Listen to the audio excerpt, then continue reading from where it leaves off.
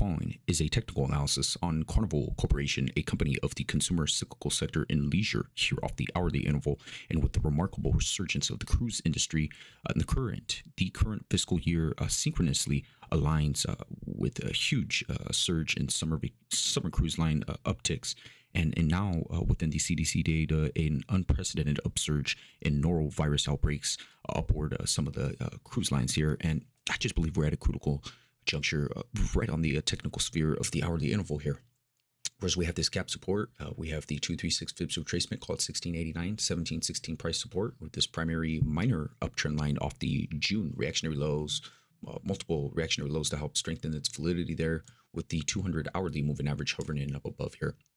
So bear traders, short sellers, they want to see a solid hourly candle close below this uptrend line here, offering a nice objective entry short, and dollar cost level averages down for some of the long-term investors in Carnival Corporation.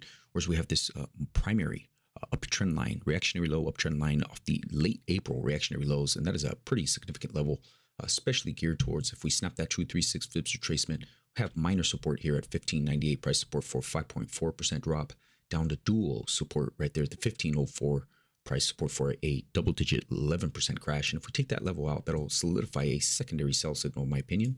And we could carry on much further down to the 1395 price support, which is the 50% fibs retracement for a 17% crash, down on a complete backfill to an unchecked gap at 1312 price resistance. Call it darn near the 61.8 fibs retracement for a 23% crash. We'll see what happens. We have put in a nice steep negative and bearish divergence on just at least RSI divergence, but we do have exaggerated bearish divergences in near term negative divergences on all three technical momentum indicators, with already at a puncturing breakdown of the zero line thresholds on these technical momentum indicators. We'll see what happens. Bull traders, long traders, they need to step in now. They want to completely backfill this gap, defend this key inflection point really at all costs, and go on to re-challenge that 1938 price resistance, which correlates with the daily interval in the outer realm there.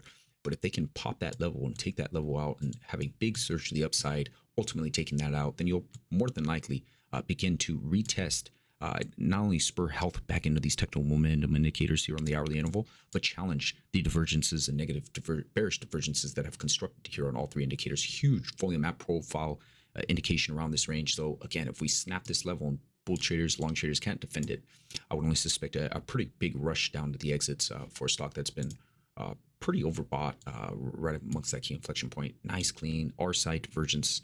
We do have the RSI divergence here on the daily interval with nice clean red candle print closes below their zero line thresholds here on the oscillator histogram, where you have that 1938 price resistance, and that's pretty significant resistance. Call it multi-year technical resistance there, and that's what bull traders, long traders want to take out. So, short sellers, they'll be waiting patiently below for a snap of this uptrend line and then a zoom in structure for a much larger drop.